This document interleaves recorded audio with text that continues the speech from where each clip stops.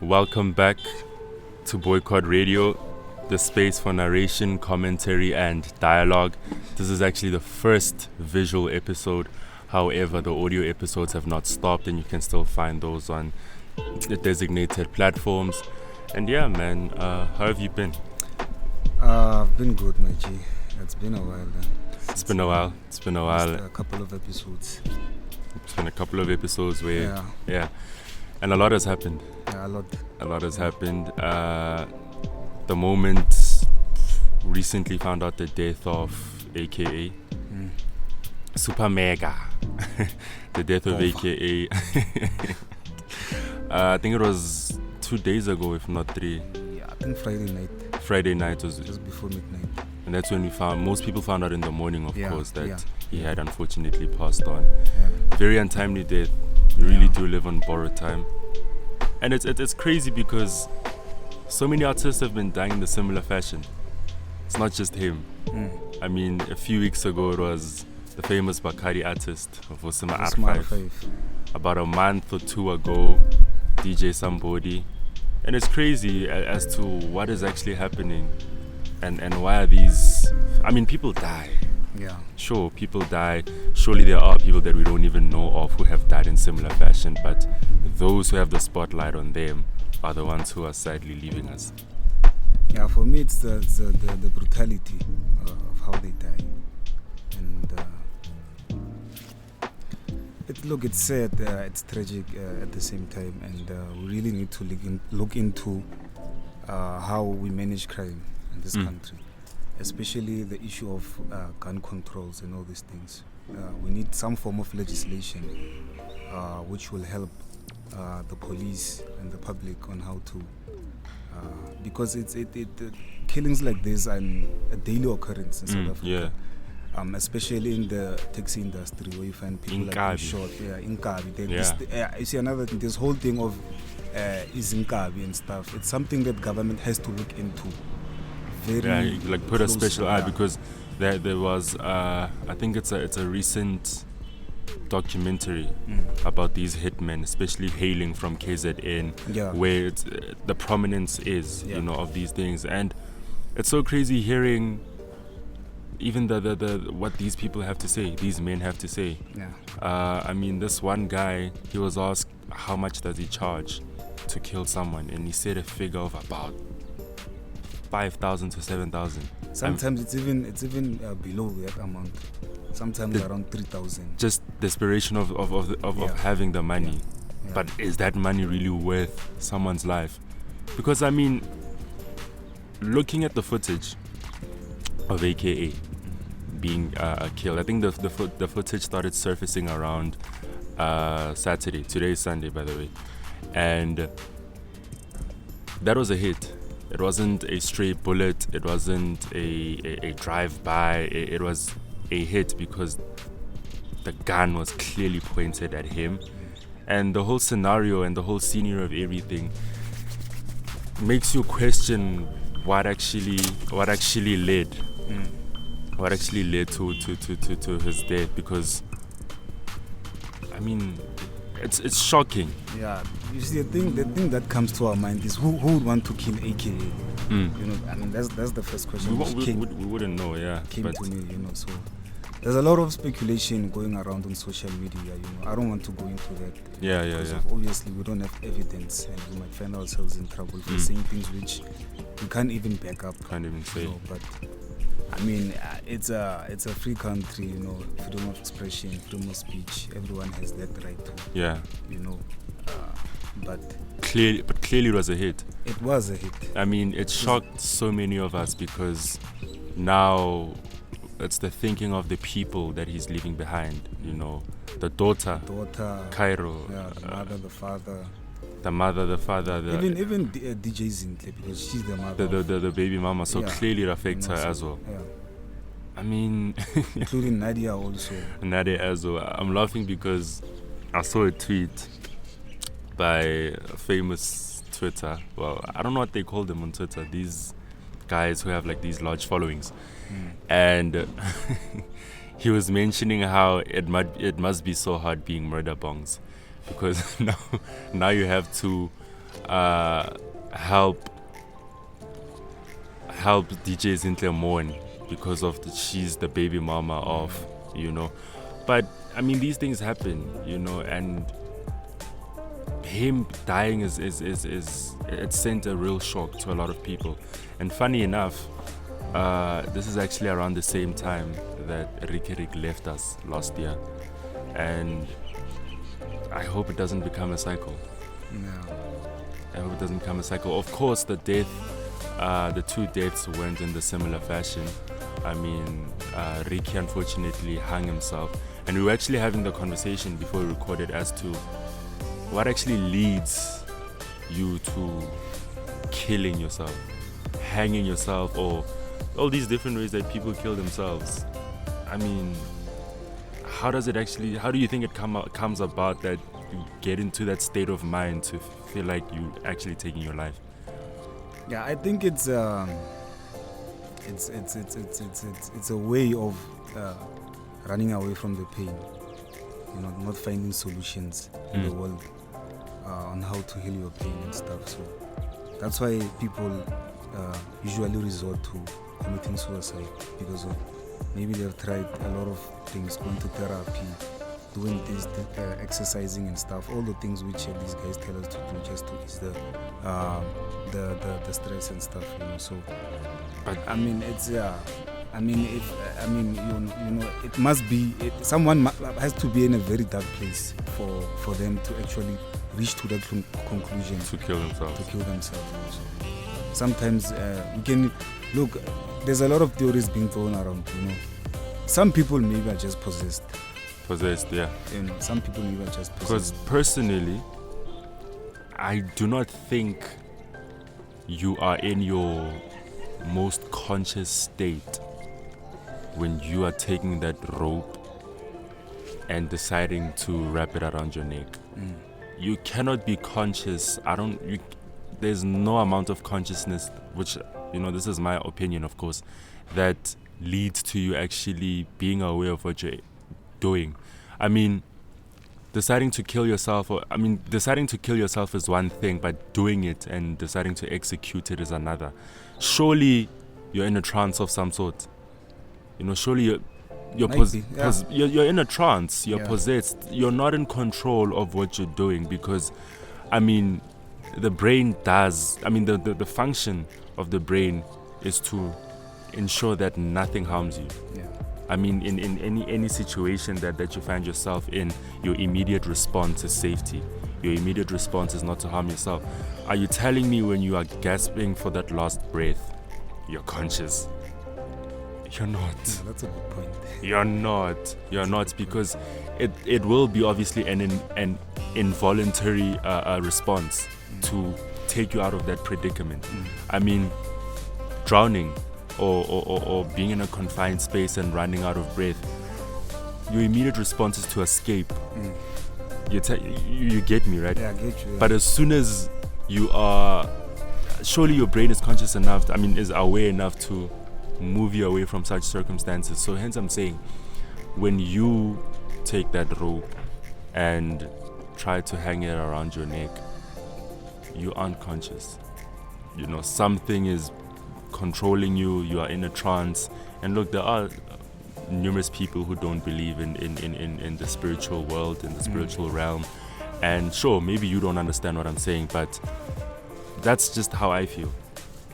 And speaking about the dark place that he probably found himself in, it alludes obviously to mental health.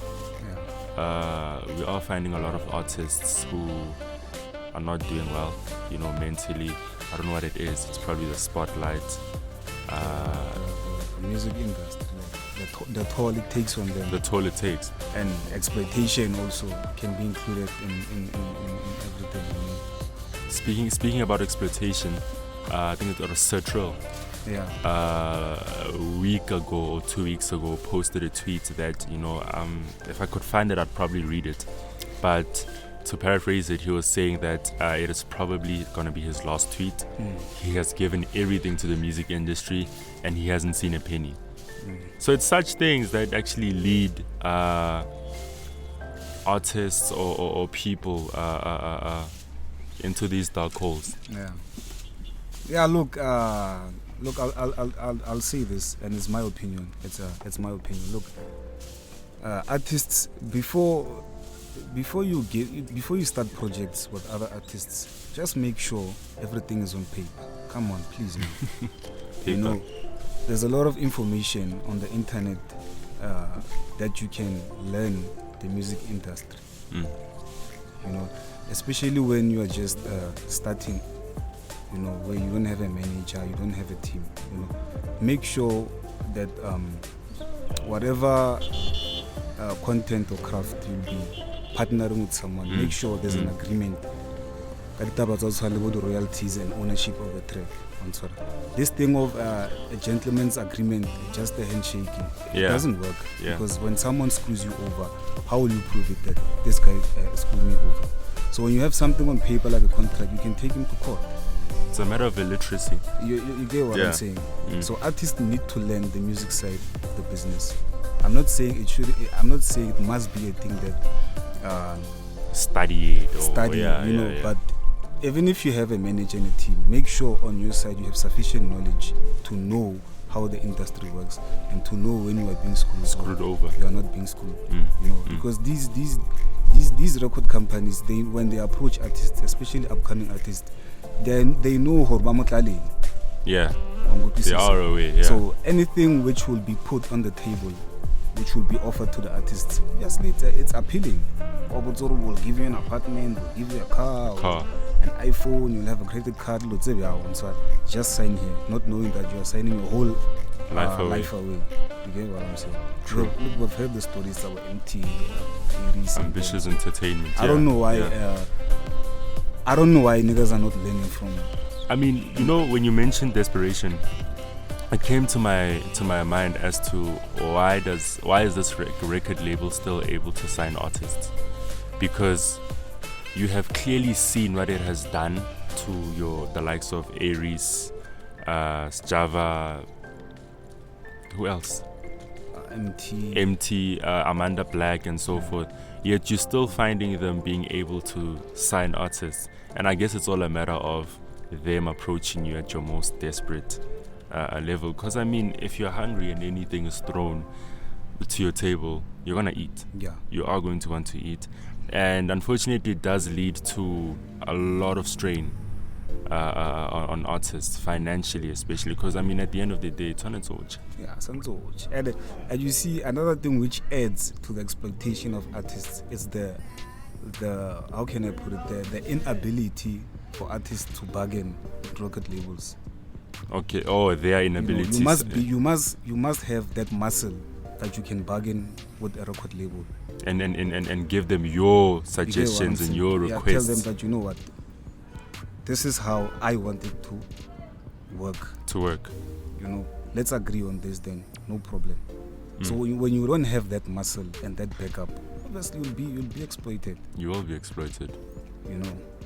So obviously we are not music experts or music lawyers, but it's the things that we're seeing and the common knowledge that we think should be implemented, because it's all these big corporates that are I mean, from the outside we would think that, you know, the artist is the one handling everything, and which is why now you find a lot of artists going independent. You know, a very few make it from like being independent, because I do not know what it is that record labels are able to provide which an individual wouldn't be able to provide for themselves. I think it's the network, the connection, the platform, you know. I mean, record labels are well connected. They can put you on. Let's put it on record. Like record labels can put you on. They can push you far beyond the boundaries of our country. That's the advantage. The advantage of it. You know, compared to being an independent artist, it will take you time. You could reach that level, but it takes time. And so much has been happening also in the music industry. I think the Grammys were last week.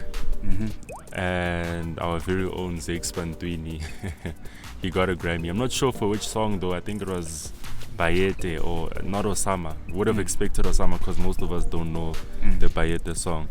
And I don't know, that's also a platform which a lot of people think is rigged. You think so? I believe so. I believe it's rigged, man. I mean, how does a song that South Africans don't even know themselves go over a Burna Boy last?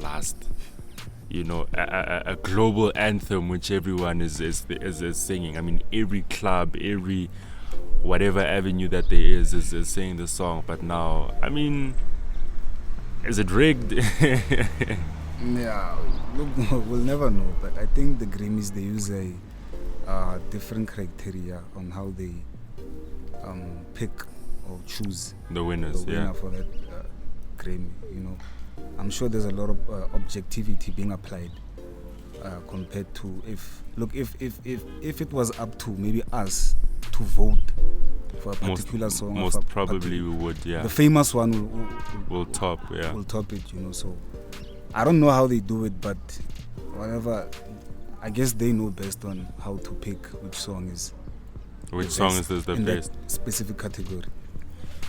So much has been happening. Kendrick Lamar also won a Grammy, Best Rap Album. Best rap album. I think he deserved it. Mr. Morale and the Big Steppers. Crazy album. Yeah. Have you dived into it? Yeah. Any specific favorites? Eh? Any specific favorites? Look, Die Hard is a gem. Okay. Count Me Out. Count Me Out is a gem. Mirror also. Mirror. You know, those are like my favorites. But besides that, the whole album, I mean, it's a good album. It's a, what would I call it? A narrative album. It is a narrative album. Yeah. I think one song that spoke to me is Father Time. Father Time. Yeah, Father Time. It's crazy because it's basically him hovering over his childhood and speaking from a third eye or third person perspective on what it is that he went through with his father. Yeah. You know, the hardships, I mean, there's a line where he mentions how his grandmother, the mother of the father, passed on, and the next Monday he was the father was off back to work. And it gets you thinking as to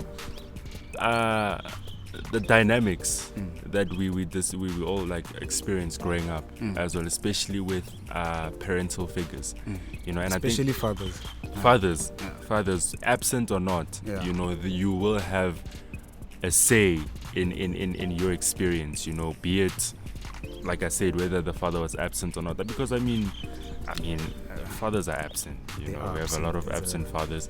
So I think that one song that spoke to me. There's another song, I think it's Crown, where he speaks about heavy is the head that carries the crown. Spoke to me because there comes a lot with being that guy. Yeah, like being that guy, there's a lot that comes with it. A lot, you know. And sure, you might have the capacity to carry, because I don't believe that you would be bestowed upon with something that's beyond your capacity to carry, you know. But heavy is the head that carries the crown, you know. So yeah, Kendrick got that. I'm not sure because I didn't tune in. And another one who's representing us, Trevor Noah, our very own. I mean, he's shining the spotlight. I mean, hosting Grammys as a lighty from, is he from the Western Cape? But let me just say South Africa, you know, a colored lighty who, I don't know, man, grew to prominence and is really raising the flag up high. And it's beautiful to witness that, you know, we do have people who are waving the flag for us, you know. And we have a very, very good exports. Like Trevor Noah, Nomzamo Mbata, Tusombedu, you know, Nasty C also is known out there. Who else? I'm trying to think Shane of. Nigel also is known out there in the States, you know. Yeah, Shane is, but I've been kind of disappointed in him. Right. I think he look, Shane has been that guy. The previous album. He says it's a mixtape. We don't know. Green something. Green. It's green, eh? Yeah, it's green. Quite sure we can forgive him on the experimental aspect of things. He was probably experimenting with a different sound, but come on, man, you are an OG now, and surely you should know how to cater for the audience. You know, I mean, from what was that show? The Hustle. The Hustle. I think he won it, or did he take Came it? second. Came second after Big Star Johnson, right? What happened to Big Star Johnson? That guy's been like. I don't know. Yeah, like he was that guy, like that guy, you know. Like, and was that guy. I mean, after then, Shane followed with the album Yellow. Beautiful, classic, beautiful album. Classic. An EP, I think it was called Homework or Assignment or something like that. No. Never Grow Up. Never Grow Up. Then came Dark Moonflower. Dark Moonflower is a classic, bro. A lot of classic mixtape, you know. Yeah.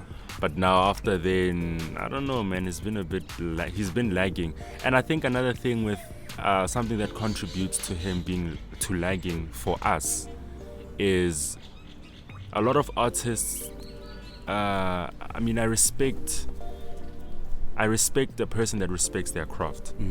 You know, I respect someone who respects their craft to the point that they know when is the right time to release something and when is the wrong time to release something. Yeah.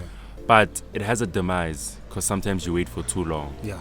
You know, or if you're not waiting for too long, you probably rush. I mean, we had Kabza after releasing Scorpion King. Yeah. After releasing Scorpion King, 2 months later, he mentions that he's releasing another album, and everyone's like, "Whoa, whoa, relax, it's too much." You know, so give us a time to digest. To digest what you just released. So there's a fine line. There's a really fine line between waiting too long and actually being on that wave and feeling like you need to continue surfing. Look, you have your Calvin Momos, artists who are really representing. I mean, Calvin Momo received a DM from Drake mentioning that, my brother, you are the one. You know, I think he got a DM from DJ Snake. I didn't see that. Yeah, he received a DM from DJ Snake as well, mentioning that you're something else. You're something else. So you are right that we do have good exports and artists that really do have the ear for music, you know, not just making it, but the ear for music to know what audience you're catering for.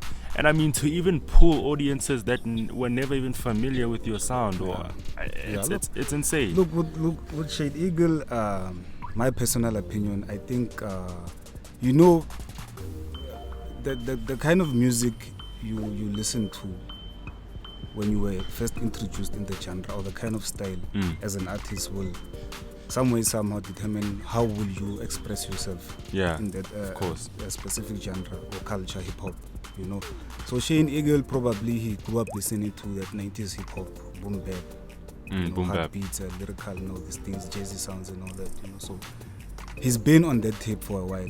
Even the Green album, you can hear there's a lot of influence of that jazz boom 90s bap, sound. you know? But the question is it commercially viable now? Is you know, he has those like core fans who anticipate that kind of stuff. Sound already. Core fans. You know, core fans. I'm one of them. I like the 90s hip hop, the boom bap. You know, but I'm open also to listening to the new school, because there's a lot of kids who are doing fantastic things. Like Travis Scott internationally. I mean, we're also waiting for him to release an album. Utopia Anesthesia. You get what I'm saying? So, as a core fan, it happens to a lot of artists. If you trace or track the career locally and internationally, you start out as like flaming, like hot, like you know. And then as time goes, there's a decline. It has happened to a lot of artists, you know, including Kendrick Lamar, Drake, J. Cole. The decline, eh? The decline. There's a point where an artist will decline and not be in the space where he's creating content which is appealing to a lot of people. I don't know if you get what I'm saying. No, I get you. Yeah.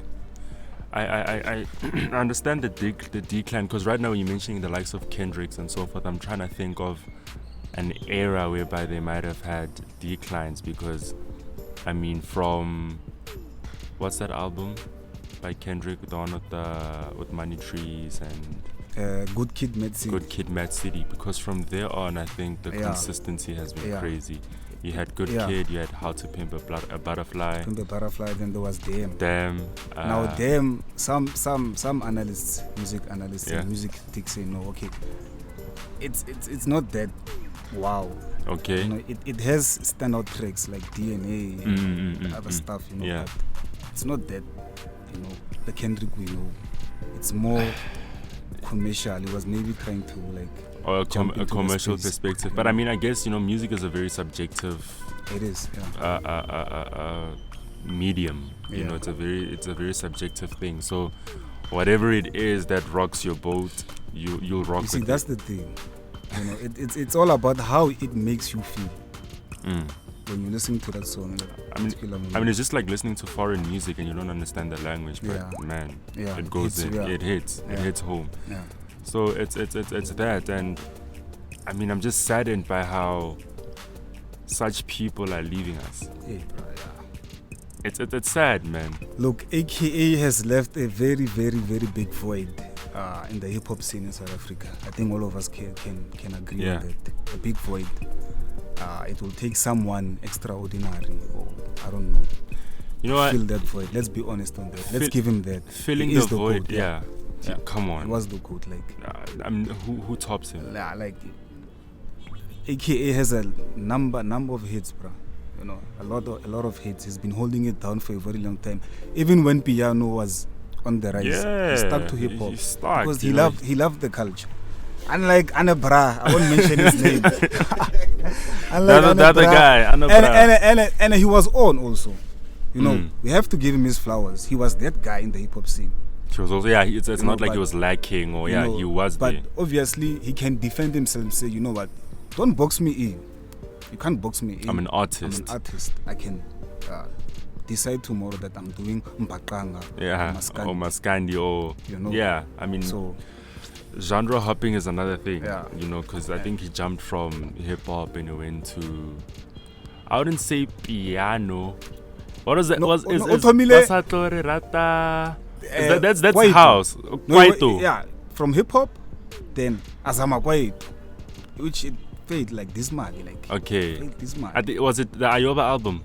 I think it was the Ayoba album. Is it Ayoba? Where he's wearing the red suit but that album had a lot of Kwaito. That was a Kwaito album. Sweet and short. You know, in my opinion, he didn't hit the mark. I mean, there are James. Has one of the best intros I've ever heard. The Welcome song. Look, I'm not sure if you know it, but yeah. Look, my opinion, he was some of the tracks kid sample. Answer. AKA was the god of samples. Yeah, he was. Give me a hit song that AKA has, and you won't. I mean, it's not a sample. You have. Okay, yeah. Well, I mean, your Lemonade. Lemons to Lemonade samples from, it's a 90s house song. Oh, is it? Yeah. Okay.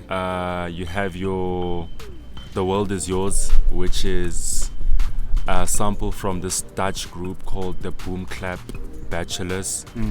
I can't pronounce the name of the song because the language is quite, You have Kaifa song. Kaifas, Kaifas. The Kaifas song is a sample from Kaifas Semenya's original song.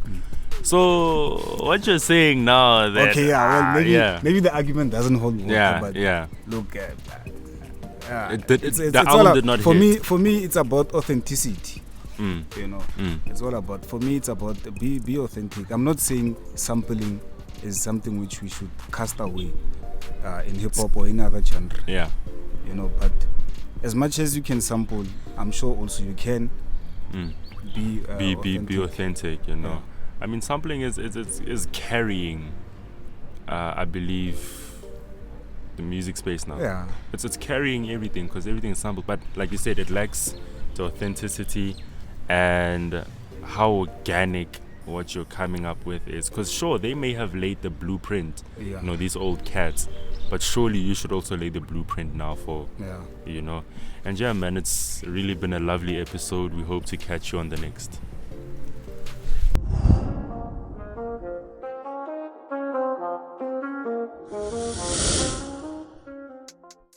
Hey guys, please don't forget to share, subscribe, like, and comment down below. And thank you for watching.